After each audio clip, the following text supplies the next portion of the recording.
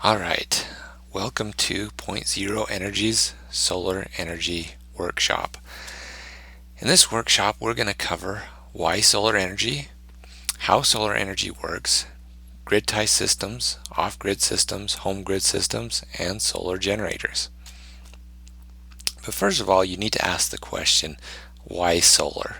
Why are you interested in getting solar power? Why would you want to put solar panels on your roof or get a solar generator or any of these type of things?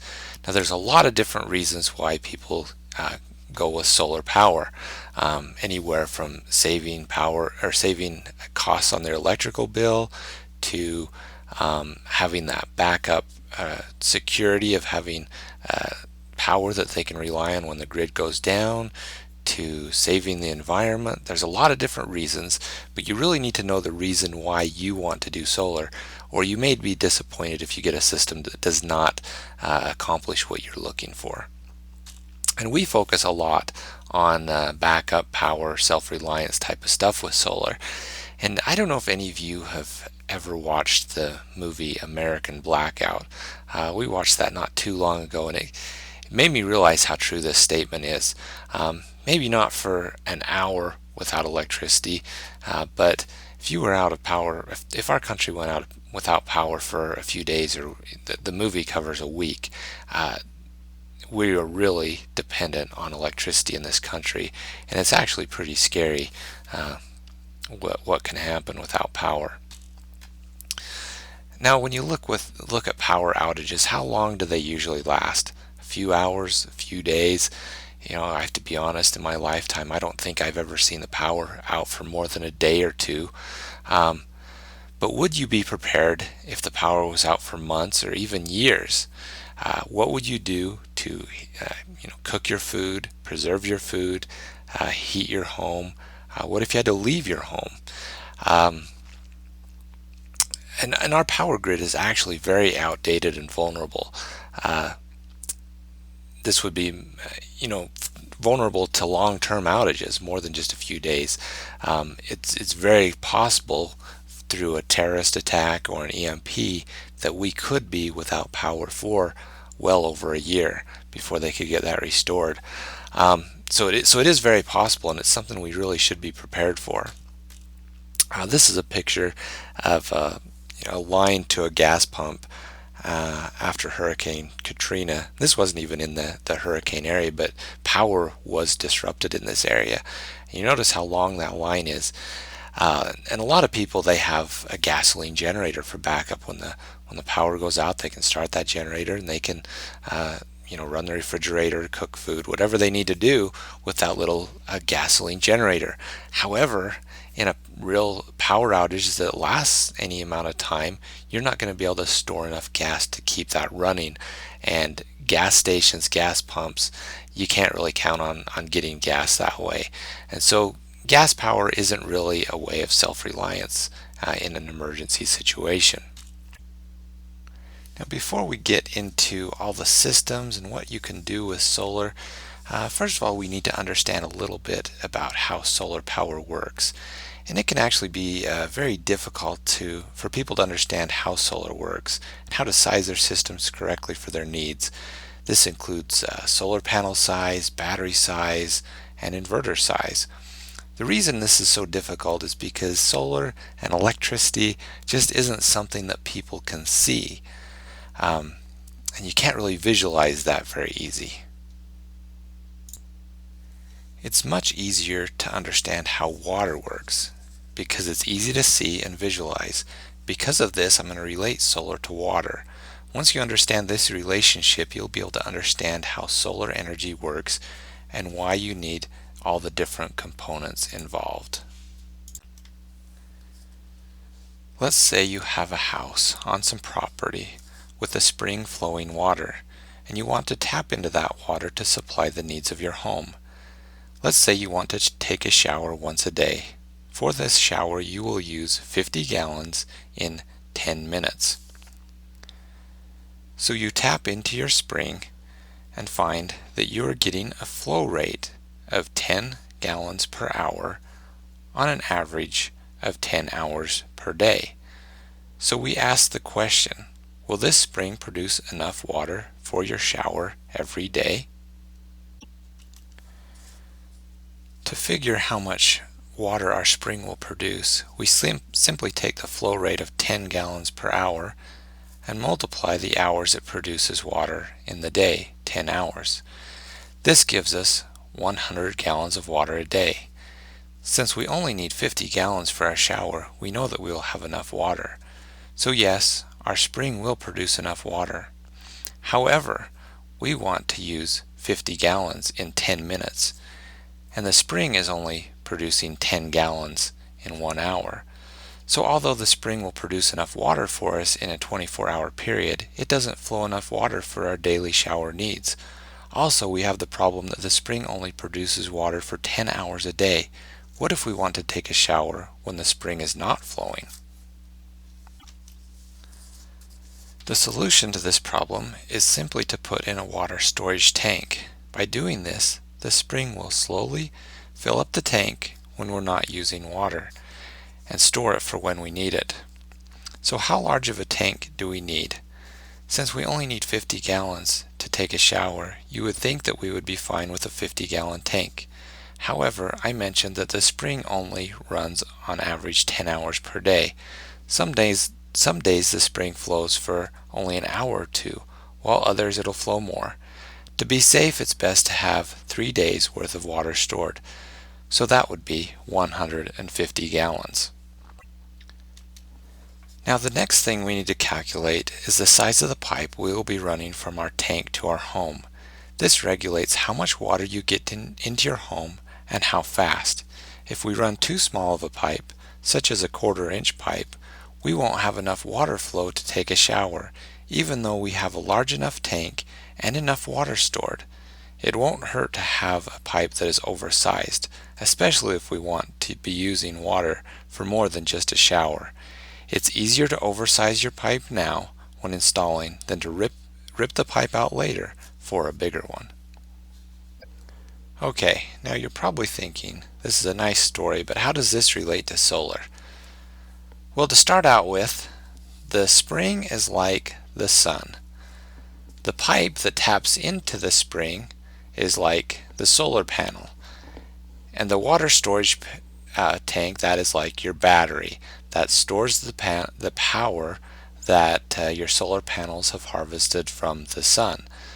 And then finally we have the pipe going from the tank to your house. That is like the inverter that converts the power from your battery into usable power for your house. And these relate very well to just how the spring works. If you need more power for your house, so later on you decide you need more power than what you originally calculated for, you can add more solar panels, you can add more batteries. A lot of times it's very difficult and expensive to upgrade the inverter, so that usually is oversized to whatever you're going to eventually need. Otherwise you'll have to essentially throw your old inverter away and get a brand new one, and that can be more costly. So anyway, this relates very well to how a solar system will work, and by using this, a lot of people can understand how solar works a lot better than trying to visualize the electricity, because it's a lot harder to do so.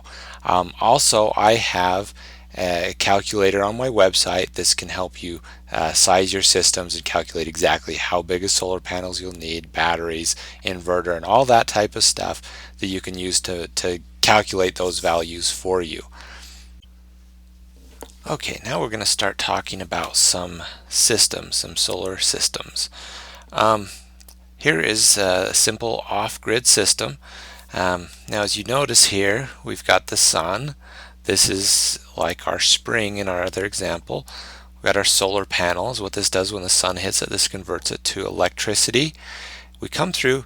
Now we have this thing called a charge controller. So for our example of a spring, you have the spring running into this tank. You're going to probably have a float valve in that tank, so when the tank gets full, it shuts the spring off. Otherwise you'll fill the tank up and overflow and you'll have water running everywhere. So that's essentially what this charge controller does.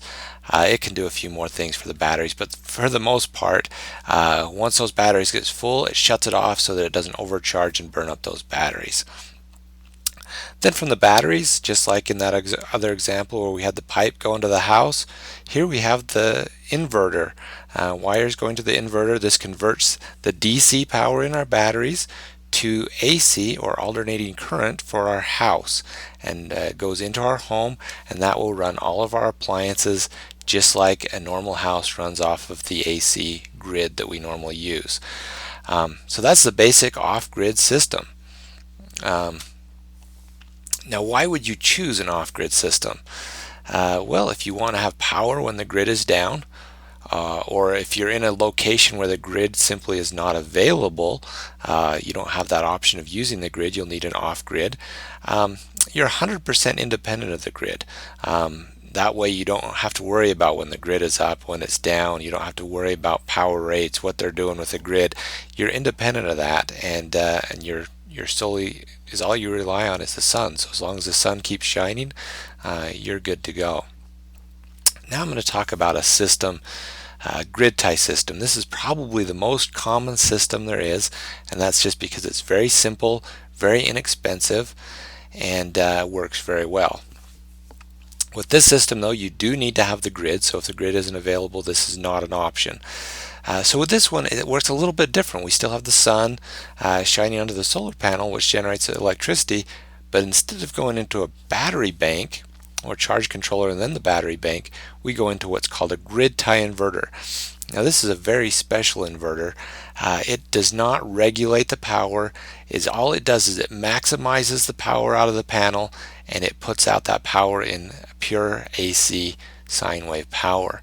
And it puts out as much as it possibly can. So if you have enough sun and enough power, enough sun and enough solar, it'll just maximize that. Say you're getting 5,000 watts out of your solar array, this will put out 5,000 watts. It doesn't care if your house only needs 1,000 watts right now. You might only be running a light bulb. It doesn't care. It puts out 5,000 watts, and that's why you need the grid. Is essentially any excess will be fed back through your meter, and you'll have a special meter hooked up that will read how much it goes back through there, and you get credited for that power. It goes back to the grid, and then you don't have a battery at all. Essentially, this grid works as your battery. So when the sun goes down, or whatever, you're using more power than what you're producing here with your solar panels, you start pulling power back through your meter, and now you get charged for that, and it comes into your house. The goal is, well, there's a lot of things. You can either just reduce your power bill by simply putting in a system. Say you put in a small system of 1,000 watt, and you're really, to reduce your power bill to zero, you might need a 6,000 watt. Now your power bill is reduced by a sixth. Essentially, you can put in any size of system you want up until you get taking your power bill down to zero. Alright, so that's a grid tie system. Why would you choose a grid tie system? The main benefit for this is simply to save money.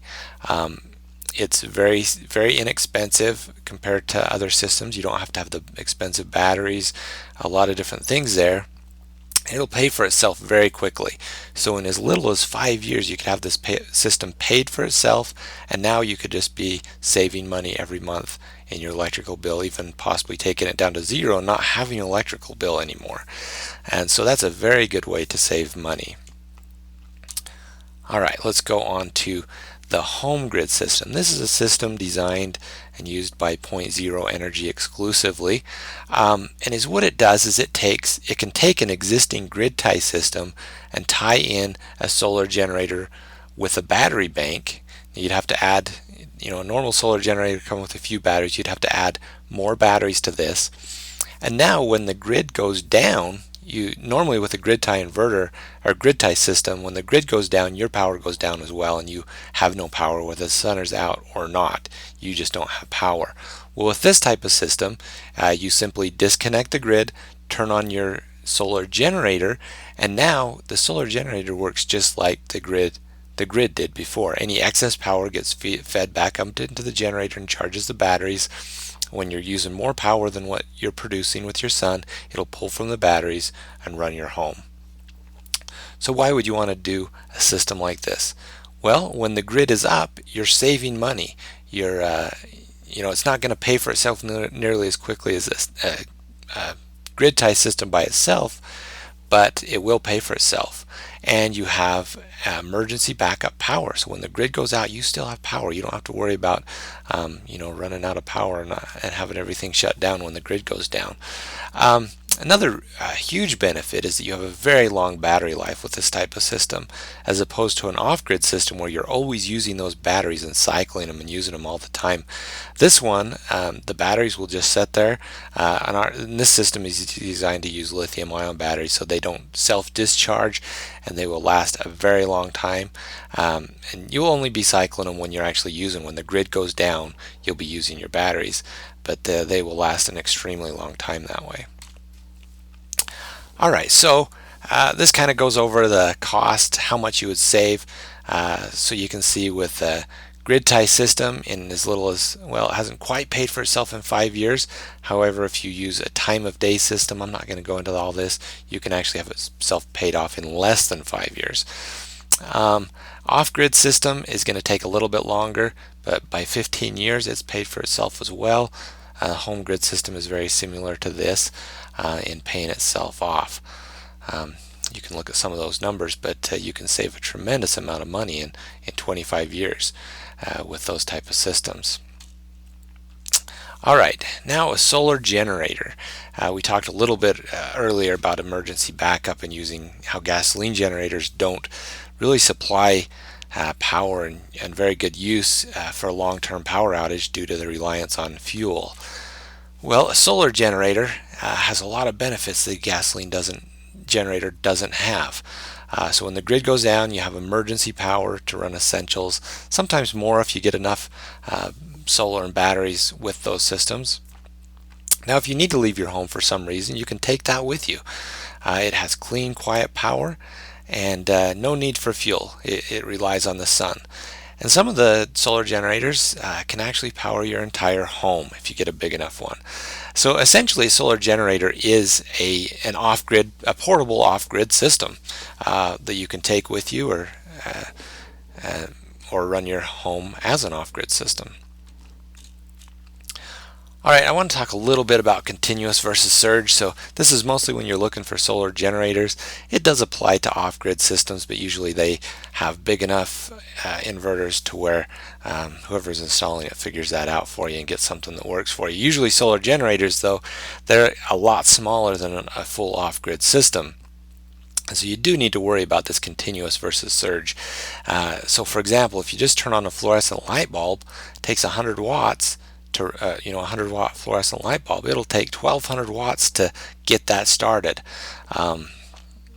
Fridge or freezer, 500 watts continuous. It can take up to 10,000 watts to get that started. That motor takes a tremendous amount of surge to get started, and that's more so with some of the older refrigerators. The newer ones are a little more efficient that way. Electric range can take 8,000 to start. Electric water heater, 24,000. And so you can see there's a huge amount in surge. So when you're looking at a solar generator, they'll usually give you a continuous rate and a maximum rate. That maximum rate can only run for a few seconds, but that's all you really need to start these appliances. So when you're looking, you got to pay attention to that on how much it'll surge. Alright, so when looking at a solar generator, here's the things to look for. Peak versus continuous output. You got to make sure you can, whatever you want to run with that in that emergency outage, make sure that it will be able to start it. Modified versus sine wave. And this is something you usually don't have to look at in off-grid systems because they all use the pure sine wave, just like the grid uses. And so the pure sine wave will run anything just fine. That's what everything is designed to run off of. However, some of the cheaper inverters use a modified sine wave, and those don't run very efficiently. They heat things up, like your light bulbs will run hotter. Everything will run hotter. Wears out equipment, and some things just simply don't run at all. And so be aware of that. I would suggest when looking for a solar generator, do not get anything that uses a modified sine wave. Simply get pure sine wave and you'll be way better off. Solar panels, you need to look for the wattage, how many watts those put out, and the battery capacity. So anyway, those are the things to look at when looking for a solar generator. Well, I hope you have enjoyed this video. I'm putting some links on here to give you some more resources. One of those is a link to signing up for our solar boot camp. That essentially I'm making a video series that will go into a lot more detail than this one, especially into like batteries, into how to maintain them, how to keep them working efficiently, into sizing your solar system, why that's important. Anyway, I'm going to go into a lot more details in there. If you're interested in learning all about solar, even into water filtration, a lot of different things in that boot camp series, you can sign up there and get emails when those videos come out. Anyway, thanks for watching. I hope you've enjoyed and have a great day.